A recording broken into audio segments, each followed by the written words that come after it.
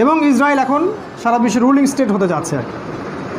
সেখান থেকে সারা বিশ্বের সব কিছু এখন নিয়ন্ত্রণ করছে, আমেরিকা তার জায়গা ছেড়ে দিচ্ছে। আপনারা অল্প কয়েক বছর পরে দেখতে পারবেন যে ইসরায়েল আমেরিকার জায়গা নিয়ে নিয়েছে এবং সেখান থেকে সারা বিশ্ব সে শাসন করছে। এই যে তিনটা দেশের নাম বললাম, এই যে ব্রিটেন, তারপরে আমেরিকা, তারপর ইসরায়েল, এই তিনটার মধ্যে একটা মিল আছে, জানেন? মিলটা কোথায় বলতে পারবেন? এই ব্রিটেনও এই ইহুদিদের স্বার্থে কাজ করেছে, আমেরিকাও ইহুদিদের স্বার্থে কাজ করেছে, এবং পুরো পশ্চিমা সভ্যতাও ইহুদিদের স্বার্থে জেরুজালেম কেন্দ্রিক রাজনীতি করেছে। এখন আপনি কি মনে করছেন এই পুরো ঘটনাটা এমনি এমনি ঘটে গেছে? এটার পিছনে একটা মাস্টার মাইন্ড, একটা শক্তি কাজ করেছে। সেই শক্তিটার নাম হচ্ছে জায়োনিস্ট মুভমেন্ট। কি মুভমেন্ট? Zionist movement. এটা কারা? কোরআনে আমাদেরকে এটা বলা আছে। কোরআনে আসলে সব কিছুই বলা আছে, আমরা আসলে পড়ে দেখি না। জায়োনিস্ট হচ্ছে এমন এক শ্রেণীর মানুষ যারা এক শ্রেণীর ইহুদি, এক শ্রেণীর খ্রিস্টান, যাদের মাঝখানে মিউচুয়াল আন্ডারস্ট্যান্ডিং আছে বা বন্ধুত্ব আছে। জায়োনিস্ট, শোনেন, জায়োনিস্ট মানে সব ইহুদি সব খ্রিস্টান না। জায়োনিস্ট মানে এমন এক শ্রেণীর ইহুদি এবং এমন এক শ্রেণীর খ্রিস্টান যারা একে অপরের বন্ধু, যারা একে অপরের বন্ধু। কোরআন কি এরকম কিছু বলেছে? সুবহানাল্লাহ। সূরা মাইদা খোলেন, 52 নম্বর আয়াত। আল্লাহ পাক বলছেন, আয়াতটা খুব ভালো করে শোনেন।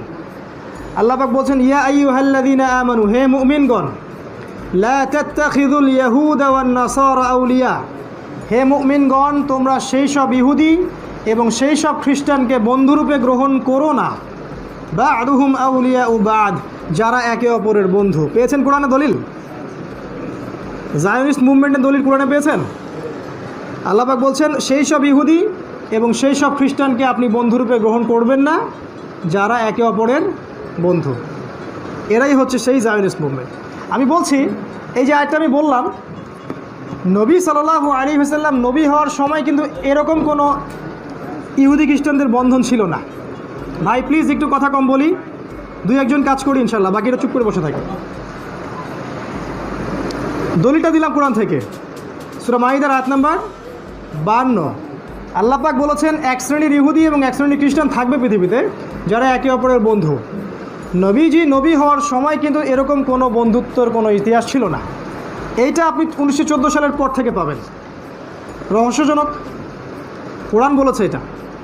তারপর আল্লাহ পাক বলেছেন, ওয়ামা ইয়াতাওয়াল্লাহু মিনকুম ফাইন্নাহু মিনহুম, মুসলিমদের মধ্যে কেউ যদি ওদের সাথে বন্ধুত্ব করে, ভালো করে শোনেন, মুসলিমদের মধ্যে কেউ যদি ওদের সাথে বন্ধুত্ব করে, অর্থাৎ ওই ইহুদি এবং খ্রিস্টানদের সাথে যারা একে অপরের বন্ধু, ফাইন্নাহু মিনহুম, এই মুসলিম ওদের অন্তর্ভুক্ত, আমাদের অন্তর্ভুক্ত না।